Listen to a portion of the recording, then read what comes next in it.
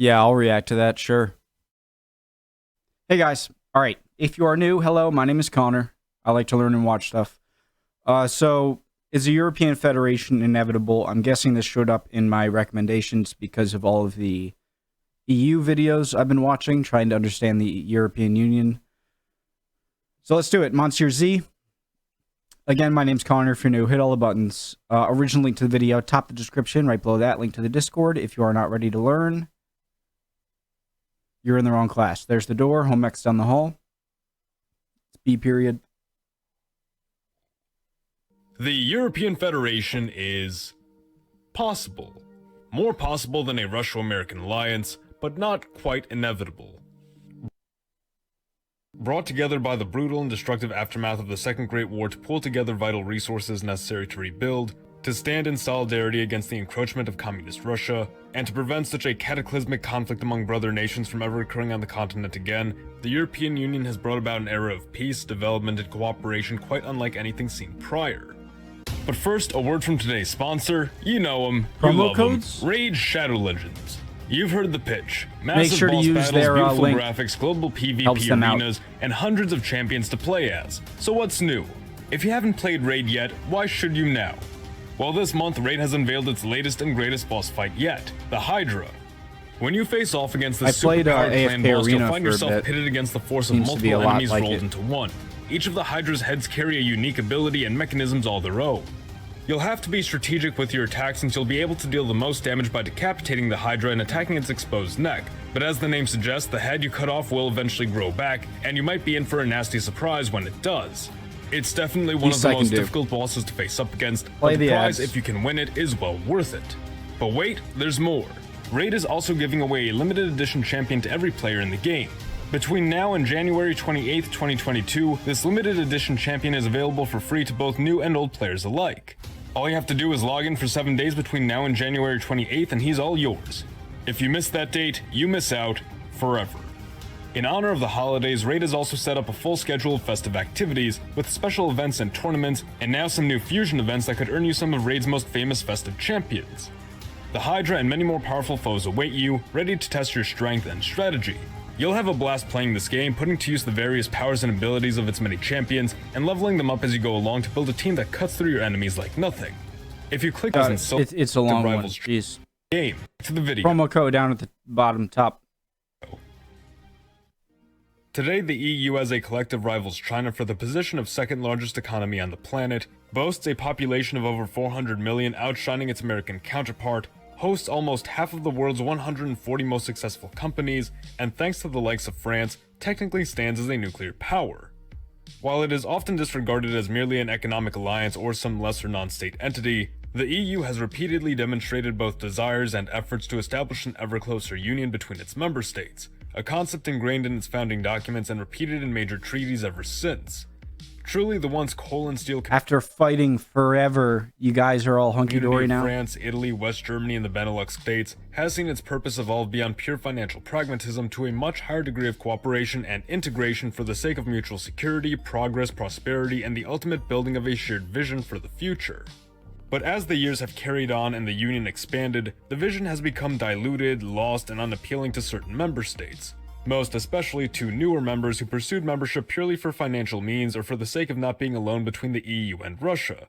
Nations like Poland, the Czech Republic, Denmark, and of course the United Kingdom had from their entry maintained a firm opposition to federation and sought exceptions from various European policies, which flies in the face of integration efforts, and has led to the concept of a two-speed Europe, in which those who favor integration can continue to pursue it unhindered within and between their own countries, while those hesitant or resistant can continue at their present pace, with the theory being that those truly incompatible with a united Europe will eventually break off and remain close allies, while those who simply need more time will eventually accept integration with ease.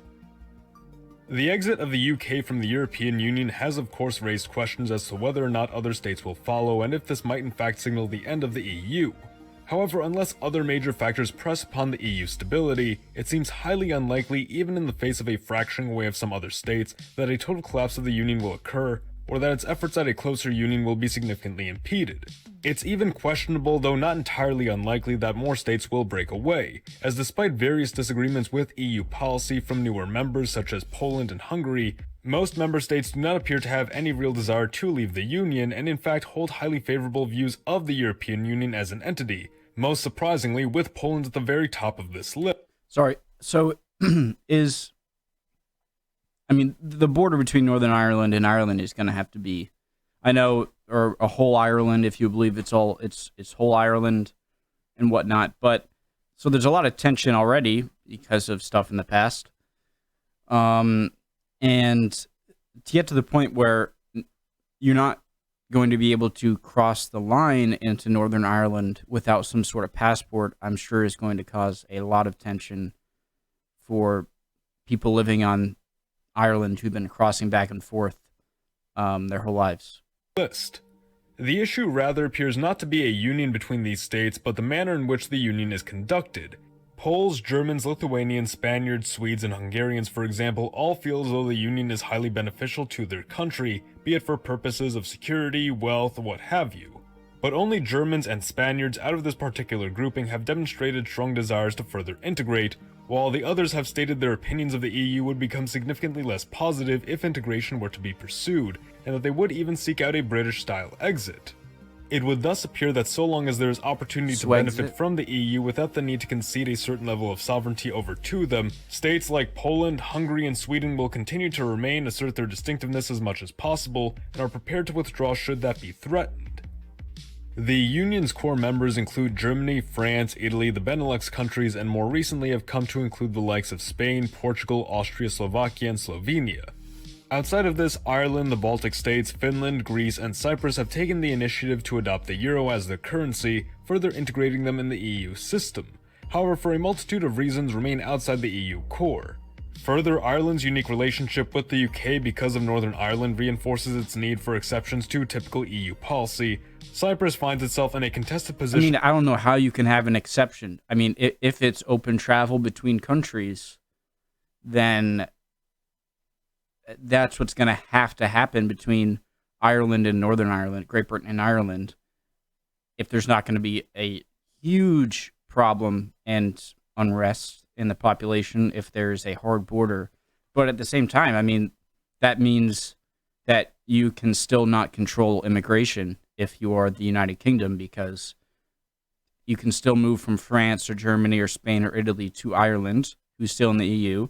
And if that's a soft border, they can just cross right into Northern Ireland. Between ethnically Greek and Turkish populations, Greece has faced a number of financial difficulties since its entry into the EU. Finland generally finds itself more closely interconnected with its Scandinavian and Baltic neighbors, the latter of whom, along with Finland itself, are significantly removed from the EU core and more deeply impacted by the geopolitics of Eastern Europe as opposed to the core EU members, which, with two exceptions, share a common Western European background. Bulgaria, Romania, and Croatia also appear to be on track to adopt the euro, which would bring them further along the integration process. But Hungary, Sweden, the Czech Republic, and Poland all appear to be stalling the process within their own countries for as long as they can, something which signals a hesitance to accept a closer union, which, when we consider various social factors within these countries, reinforces the theory that they will eventually become breakaways, which, if this is the case, will make integration with the Baltic countries all the more difficult because of their significant disconnect. While the EU's newer members are obligated to adopt the euro once they meet a certain criteria, Denmark has permanently opted out of adopting the euro, significantly hindering the chances of them integrating into a federalized union. Denmark's interests in the EU have historically remained economic and in fact tied to the UK's own membership, having joined only shortly after them. While the Danes may not pursue an exit strategy anytime soon, they are likely to become one of those incompatible states that simply break off to focus on themselves, something reinforced by their historically closer ties to Scandinavia than to Western Europe. Ireland, depending upon neighboring circumstances with the UK, could go either way, but only as a united island, as British control of Northern Ireland and the ability to restrict travel across the Irish border gives them a say in how integrated Ireland can become if they wish to retain their current travel arrangement. Right. Greece, Cyprus, and the potential member state of Turkey are something of a powder keg for the EU, as the accepting of Turkey into the Union is sure to... there's just no way that's an option. From what I've learned about the Irish, Northern Ireland, Great Britain, Ireland conflicts in the 20th century, there's just no way that's going to fly. If there's a hard border there, that's going to be a mess. Upset other resistant members and potentially trigger an early exit, perhaps most especially from Greece, who already feels as though the EU has weakened their economy and holds a historic and present animosity with Turkey. Regardless of whether Greece remains or Turkey joins, the divided nature of Cyprus will make it a hot subject in need of diffusing by the EU before it can consider further integration. The Czechs, Poles, Hungarians, and Austrians generally find themselves opposed to the West's ideologies and have resisted integration on social matters.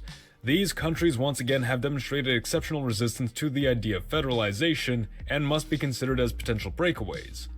Now, perhaps most interesting and impactful is the increasing hesitance from the core members of France and Italy.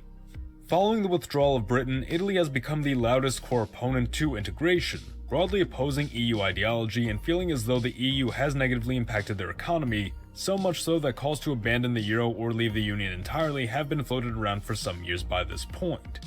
Despite this, we've seen repeatedly that parties in favor of an Italian exit have backed out from this policy upon gaining power, suggesting that there might be more keeping the Italians invested in the union than meets the eye.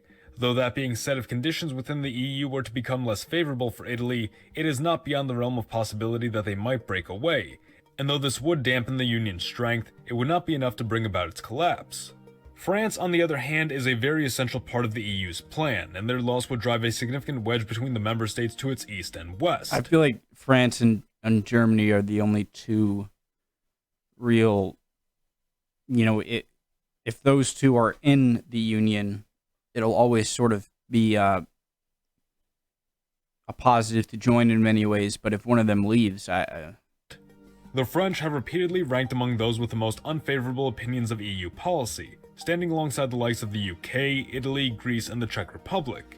The French are naturally a major contributor to the European Union and certainly feel the strain of so significant a leadership position. French citizens simply feel as though they are shouldering too much of a burden from other member states and from poor choices made by their own government. But while the EU's popularity has fallen remarkably low, French desire to remain a part of the Union actually appears to have risen in the last few years, once again suggesting, as has been the case for many other EU countries, a dissatisfaction with the Union's policy but not the Union itself. We've seen all throughout history significant efforts by major powers to create something of a European superstate, whether that be under France during the Age of Napoleon or under Germany during World War I. To create something of a new Rome, or rather more accurately, to recapture that oneness and strength that existed on the continent during antiquity through the unity of these states into something greater, be it an empire or a federation. A significant change in Europe's dynamics are occurring and will occur over the next few years, during which a number of these political shortcomings could be expected to be addressed, thus resolving much of the dissatisfaction among member states. It should also be expected that as new institutions and integrated systems are established, more and more incompatible states will be weaned out, perhaps even with the support of the EU itself as it grows more confident in its expanding core. One might even see some similarities between the EU and the early United States, with the core states being much like federalist New England and the resistant or outsider states being more like the pro-decentralization Democratic Republican South. If that is in fact the case, Europe could be approaching a crossroad that will either usher in a new era of federalization or see the expansion of the Union at the cost of decentralizing policies that will return more autonomy to the member states. Is the federalization of Europe inevitable? Interesting comparison. It appears very possible and even likely, though if it were to occur, would not be the European Union in its entirety as we know it today. There is still much to be seen, but if past trends have been any indicator, it would appear a far closer union between the states of Western Europe may just occur within our lifetimes. The US of Z thanks you for watching. Support your Legion by liking the video or... Awesome video. Great channel. Yeah, interesting. I like learning more about, and I feel like I'm starting to get, the major issues and benefits of being in the European Union. I don't see how, like the examples given about Germany or France, the Napoleonic Wars, or Germany in the World War I, Franco-Prussian War. I guess they didn't really try to conquer everything in the Franco-Prussian War. They were just trying to unite Germany. But, I mean, those are examples that were through war. And so this is the first time it's ever been tried to be done through peace and diplomatic solutions. And I'm sorry, I don't mean to be a Debbie Downer. I know I'm over here in the U.S., and it doesn't really affect me as much as a lot of you over in the EU, where it affects you directly. But I just don't see it saying a thing. I think the EU is only going to go down in terms of its just being there, like as an institution. Maybe something else will replace it, but after World War II, USA versus Russia, Europe's in the middle. They can't just, it'd be too much of a security risk just to bank on the US to back you up if there's any sort of invasion. And it seems like the EU is a kind of big attempt to fix that problem. It's just, I think it's sort of held together by Scotch tape. That's my opinion right now. It can always change. Very interesting video. See you guys next time.